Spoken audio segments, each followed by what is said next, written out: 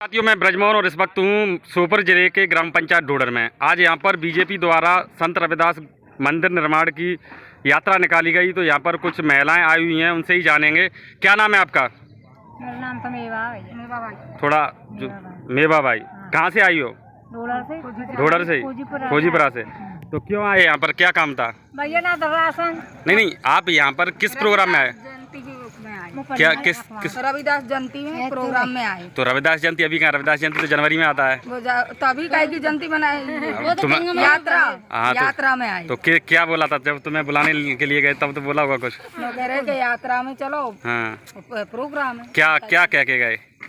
कछु भी नहीं कहे। कछु नहीं कहा? वो बोल तो रहे कि समानता लाएंगे हम। समानता की बोल रहे जी, कोई समानता नहीं आती, कछु भी नहीं हो। अच्छा, क्या मतलब जो सामाजिक स्तर पर तुम्हें ऐसा ऊंच नीच का भाव देखने को मिलता है कि मतलब ये छोटी जाति का है, ये ऊंची जाति का? ये नहीं, ऐसा नहीं मिलता। तो क्या मतलब क्या समानता चाहते हो? हम तो यही चाह के जो गरीब है, परेशान है, जिनको आवास या पानी की सबसे बड़ी प्रॉब्लम चल रही है। पानी की सबसे बड़ी प्रॉब्लम।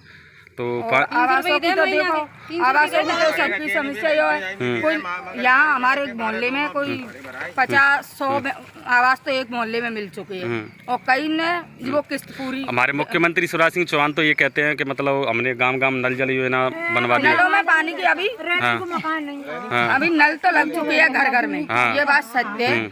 लेकिन जहाँ पानी ऊंचाई है वहाँ बिल्कुल भी पानी नहीं पहुँचे। क्या नाम है आपका? श्रीमती ललिता। आगे बिना बताए काम नहीं चल। ललिता बाई जाटव साग के याद। तो पूरा नाम बताया करो ना। अच्छा, एक बात बताइए, तो रविदास जी के बारे में तो आप वैसे ही इस प्रोग्राम में ना आई हो, फिर भी जानते होंगे कुछ? नहीं, इसके बारे में अभी तो रविदास जी किस समाज थे ये तो जानते हो? ये जाटव समाज से ही। तो रविदास जी ने क्या कहा था? रविदास जी ने कहा था, ऐसा चाहूँ राज में मिले सबन को अन्न, छोटे बड़े सब सम बसें रहें रविदास प्रसन्न। रविदास जी ने कहा था कि ऐसा चाहूँ राज में जहाँ मिले सबन को अन्न, छोटे बड़े सब सम बसें रहें रविदास प्रसन्न। मतलब ऐसा राज चाहता हूँ जहाँ ऊंचे नीचे सब मिलकर बने रहें और सबको अन्न मिले, कोई भूखा नहीं सोए। तो ऐसा यहाँ पे बताया गया किसी के द्वारा? हाँ, बताया नहीं, ब्रजलाल सिंह चौहान ने बताया। कौन है वो? उन्होंने बताया। अच्छा, उन्होंने बताया अभी। आप दादी, आप कहाँ से आई हो? अच्छा, पेंशन मिलती है आपको? पेंशन नहीं मिलती, विधवा पेंशन? अच्छा, अच्छा, तो यहाँ पर बोला नहीं आपने जो अधिकारी? एक से बोलो। हाँ, क्या बोल रहे? तो ये बोले कि कल लाइयो, आज तो ये बिहारी है। तो खोजीपुरा ढोडर में ही आता है या अलग पंचायत? ढोडर में ही आता है। तो आपका भी मतलब नहीं मिला? मेरे 2 बच्चे हैं, बहू खत्म हो गई मेरी। हाँ, और एक बच्चा है, दो लड़के हैं, ये सबसे पूछ लेना। इतनी बड़ी 2 लड़की, 30 लड़के छोड़ गई मेरी बहू। इतना पार नहीं था, कोई बेटा। अरे सुनने तो तुमने अपना पूरा बताओ। भैया, तुम्हारा नाम क्या है? मेरा नाम सोनू मावर है जी। समस्या नहीं है, हमारा जो सरपंच है, सेक्रेटरी है, सब बढ़िया सहायक है, सब फर्स्ट क्लास और गांव में बढ़िया काम हो रहा है। अच्छा, आप क्या करते हो? मैं यहाँ पे कंप्यूटर ऑपरेटर हूँ। अच्छा, आप एम्प्लॉई हो? चलो ठीक है, और हम लोगों से बात करेंगे। आपका नाम क्या है? अरे बताइए ना। अरे बताओ, मेंबर हो? अरे मेंबर साहब जब बोलेंगे नहीं तो काम कैसे चलेगा? मोहल्ला वासियों ने आपको चुनाव जिताया है, तो उनकी समस्याएं, अपनी समस्या नहीं बताओ क्या जरूरत पड़ गई मीडिया पे? बताओ कहाँ रहने? और लोग छोटे बड़े की बात करते थे, लोग वर्गों में बटे हुए थे, जातियों में बटे हुए थे, लेकिन वो इतने महान संत थे। वो उस समय जब ऐसी परिस्थिति में जब भगवान के लिए उन्होंने तपस्या की, भगवान का ध्यान किया, तो वह भगवान श्री राम के अनुयायी थे। वो लोगों से कहते थे कि व्यक्ति कर्म से मान बनता है, जाति से मान नहीं बनता, और व्यक्ति को कर्म अच्छे करना चाहिए, व्यक्ति को अच्छे विचार रखना चाहिए, व्यक्ति को अच्छा जीवन जीना चाहिए। और जो व्यक्ति अच्छे विचार रखता है, लोगों की मदद करता है, सेवा भाव रखता है, बरसों तक ये दुनिया उन लोगों को याद करती है। और उसका ये परिणाम था कि उस समय की मीराबाई को तो आप सब जानते हैं, मीराबाई का व्यक्तित्व कितना बड़ा था, अभी भाई साहब ने बताया। उन मीराबाई भी उनकी भक्त बनी। और आप जानते हो कि हमारे धर्म शास्त्रों में लोग कहते हैं, लेकिन भगवान श्री राम का अपने सबने उदाहरण देखा होगा। रामायण आप सबने सुनी है। बंधुओं, भगवान राम का अवतार केवल इसलिए नहीं हुआ कि वो रावण को मार दें, क्योंकि रावण को मारने वाले तो कई विद्वान थे। जामवंती जी भी मार सकते थे, हनुमान जी भी मार सकते थे, लेकिन यदि भगवान राम का प्राकट्य किसी कारण से हुआ तो वह दलित सबरी उनका इंतजार जंगल में कर रही थी, उसके झूठे बेर खाने थे। इसलिए भगवान श्री राम इस दुनिया में आए, इस धरती पर आए। मां उन्होंने आकर बड़े लोगों की मदद नहीं ली, गरीब, शोषित, वंचित, पीड़ित, दीन दुखी, वनवासी ऐसे लोगों को एकत्रित किया, शहरिया समाज के लोगों को एकत्रित किया, निषाद राज को जो उन्होंने अपना मित्र बनाया। तो हमारे धर्म शास्त्रों में ऊंच नीच कहीं नहीं थी। झूठे बेर खाए वो तो भगवान थे, मर्यादा पुरुषोत्तम थे, लेकिन ये हम समाज के लिए संदेश है कि हम सब लोग मिलकर रहें, कोई छोटा बड़ा नहीं है। और आज उसी का परिणाम है कि ये जो महान संत जिनकी आज यात्रा हमारे लोकप्रिय सांसद केंद्रीय मंत्री माननीय नरेंद्र सिंह तोमर जी ने वार्ड नंबर 20 से यह प्रारंभ हुई और मैन बाजार में वो थे, हमने देखा कि लोग कितने उत्साह के साथ घर से फूलों की वर्षा कर रहे थे, जगह जगह पादुकाओं का लोग पूजन कर रहे थे। और जब बाजार में यह यात्रा आई तो आपने देखा कि एक बड़ी भीड़ उमड़कर और संत रविदास जी के उस विशाल यात्रा में चली। तो यह क्यों चली?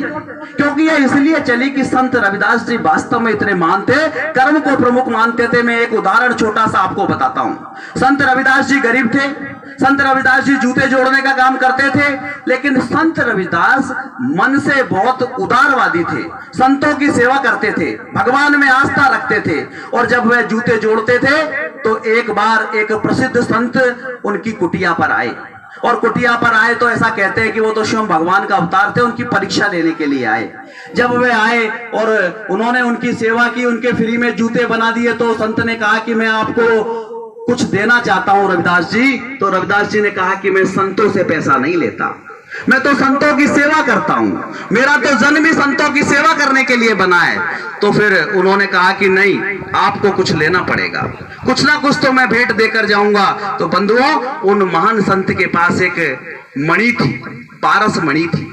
उन्होंने कहा कि ये पारस मणि है, मैं आपको देता हूं, मैं आपसे बहुत प्रसन्न हूं, और अब आपकी गरीबी के दिन दूर होने का समय आ गया है। अब आप इस पारस से आप जिस भी लोहे को टच करोगे वो सोना बन जाएगा, आप इसको रखें। तो उन्होंने विनम्रता पूर्वक हाथ जोड़कर कहा कि महाराज, यह पारस मेरे किसी काम का नहीं है, मैं तो अपनी ईमानदारी से जो मेहनत करता हूं, मजदूरी करता हूं, इसमें मेरा परिवार चल जाता है, मैं संतुष्ट हूं, भगवान का भजन करता हूं, झोपड़ी में रहता हूं। और यदि ये सब पारस से मैं अगर बड़ा आदमी भी बन गया और इतने तामझाम मैंने लूंगा, उन्होंने कहा लूंगा नहीं। तो संत जी ने जबरदस्ती जो उनकी झोपड़ी थी उस झोपड़ी के उसमें रखकर कहा कि जिस दिन भी आवश्यकता पड़े उस दिन निकाल लेना, आवश्यकता हो तो।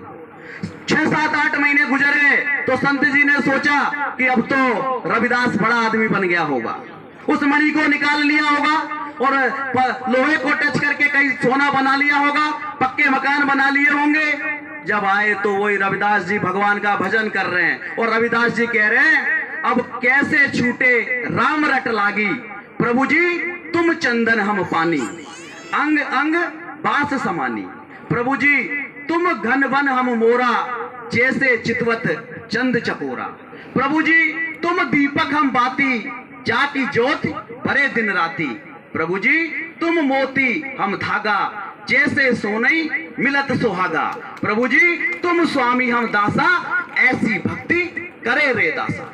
और उन्होंने देखा तो वो मणि वहीं रखी थी, वही भगवान का भजन कर रहे थे। कहते हैं कि बाद में वो प्रकट हुए और उन्होंने कहा कि मैं स्वयं शंकर हूं, तुमसे बहुत प्रसन्न हूं और तुम्हारी प्रसिद्धि रेदास इतनी बढ़ेगी कि बरसों बरसों ये लोग, ये जमाना तुम्हें याद करेगा। और बंधुओं, 1400 ईस्वी में जो संत जन्मा, आज हम उस सैलाब उनके उसमें उमड़ रहा है।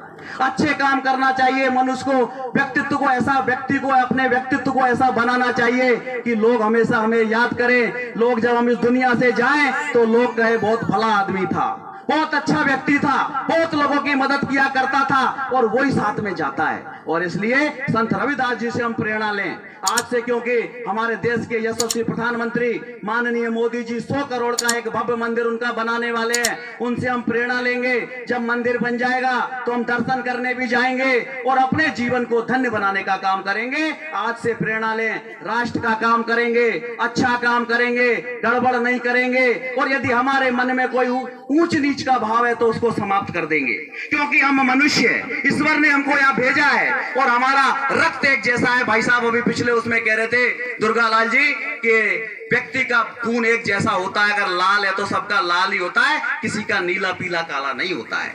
और इसलिए हम सब समान भाव से जीते हुए इस भारत की मजबूती के लिए काम करेंगे, महान संत को याद करते हुए और स्वर्ग की प्राप्ति भी करेंगे। हमको जीवन जीने का एक अच्छा तरीका बताने का प्रयास किया।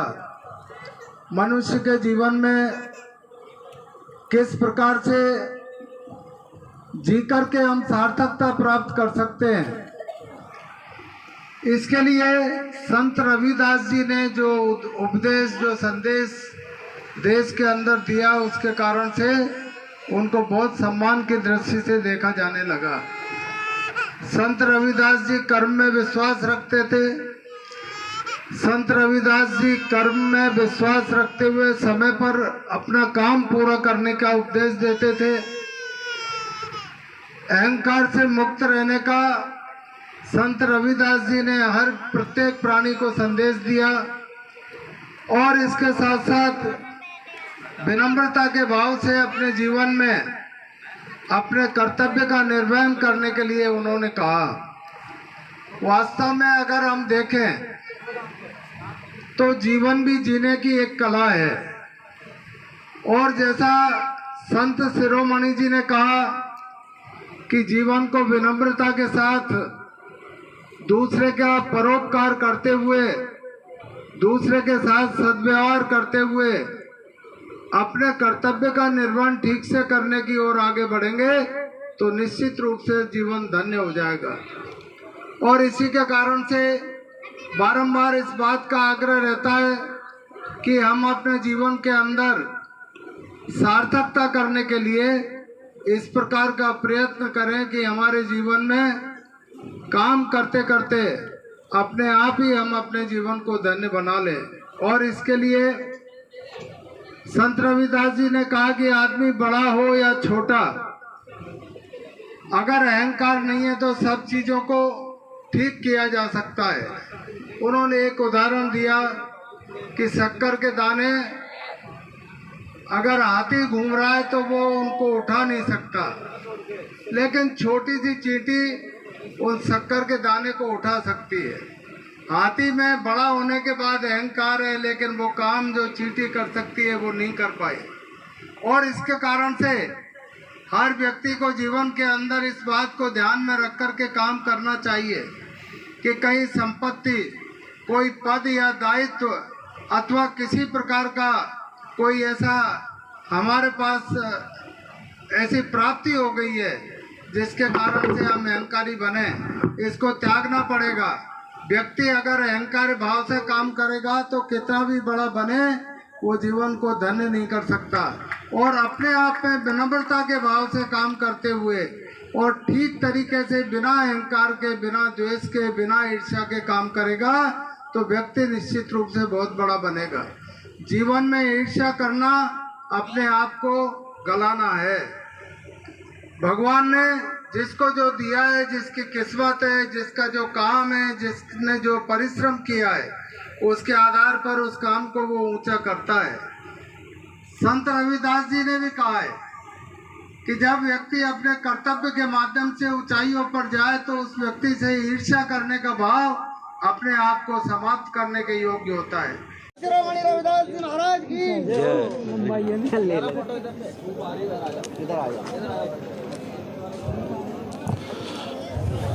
साथियों, इस वक्त हूँ मैं श्योपुर ज़िले के ग्राम पंचायत ढोडर में। यहाँ पर बीजेपी द्वारा संत गुरु रविदास मंदिर निर्माण के लिए एक यात्रा निकाली गई है। तो यहाँ पर कुछ लोग उपस्थित हुए हैं, उनसे ही जानेंगे कि आखिर वो क्या सोचते हैं। क्या नाम है आपका?